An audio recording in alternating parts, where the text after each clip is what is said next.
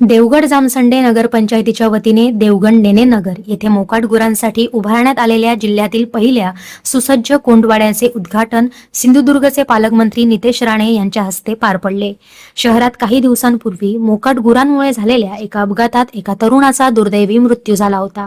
या गंभीर घटनेनंतर नागरिकांमध्ये निर्माण झालेली चिंता आणि संताप लक्षात घेऊन नगरपंचायतीची टीम आणि आरोग्य व स्वच्छता सभापती बुवा तारी यांच्या पुढाकाराने हा कोंडवाडा तातडीने उभारण्यात आला।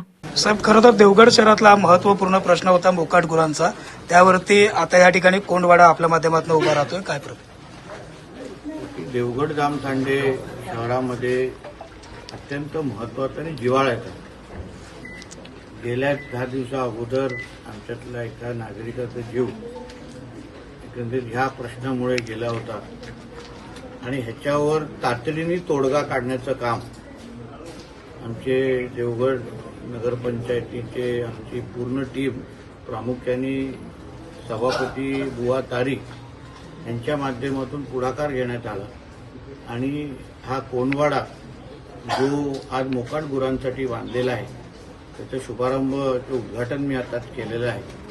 हा तसा आमच्या सिंधुदुर्ग जिल्ह्याच्या दृष्टिकोनातून हा पहिला प्रकल्प आहे, कारण का ह्याच बाबतीमध्ये 15 दिवसा अगोदर मी आणि कलेक्टर आणि सगळ्याच अधिकाऱ्यांनी एकत्र म्हणून एक बैठक घेतली की जिल्ह्यामध्ये हा प्रश्न कसा आम्ही सोडू शकतो।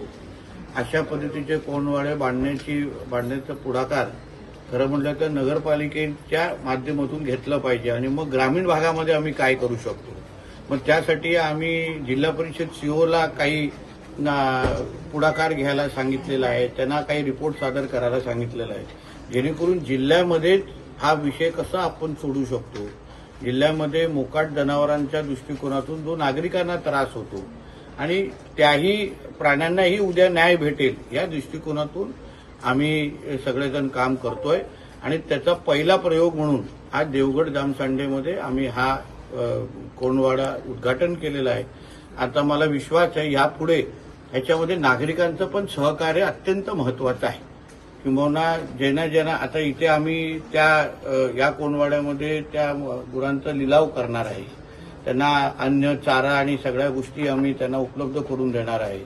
लिलावानंतर गौशाळांच्या संपर्कात आमचे मुख्याधिकारी आणि आमची सगळी टीम आहे आणि म्हणून एकंदरीत ह्या पूर्ण प्रक्रियेतून मोकाट गुरांचा जो आज आमच्या देवगड जामसंडेमध्ये महत्वाचा विषय होता तो सोडवण्याच्या दृष्टिकोनातून अत्यंत महत्वाचं पाऊल आम्ही शब्दापलीकडे कृतीतून टाकलेलं आहे। साहेब, खरं तर ना अजून एक महत्वाचा याच अनुषंगानं विषय आहे, बाहेरनं गुरं आणून या देवगड तालुक्यामध्ये रस्त्यावरती ठिकठिकाणी सोडली जात आहेत अशी अगदी माहिती आहे, तर अशावरती काही कारवाई होईल का? आपण तर ग्रामीण भागामध्ये कोंडवाड्याचा प्रयत्न करतातच आहात, पण हे कुठेतरी थांबलं पाहिजे होणार, कारण का त्या सगळ्या मालकांची नावं आमच्याकडे आहेत, त्या दिवशी पोलिसांकडे पण नावं आहेत, आमच्या प्रशासनाकडे पण नावं आहेत। आता शेवटी ह्याची जबाबदारी कोणीतरी घेतली पाहिजे, नाहीतर आम्हाला जबाबदारी निश्चित करायला लागेल आणि मग उद्या कारवाया झाल्या तर ते वातावरण उगाच खराब होणार आहे।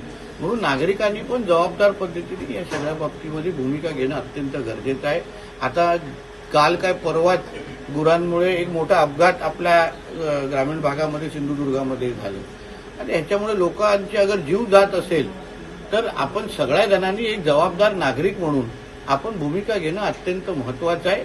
म्हणून प्रशासन आपलं काम नक्की करेल, जिथे लागेल तिथे कठोरही होईल, पण नागरिकांनी मुळामध्ये अगर जबाबदारीने ज्या गुरांचे हे जे मालक आहेत जिथून हे गुरं येतात त्यांनी अगर जबाबदारीने अगर वागलं, मला वाटतं पुढचे पावलं टाळू शकतात, नाहीतर मग प्रशासनाला टोकाची भूमिका घ्यायला लागेल।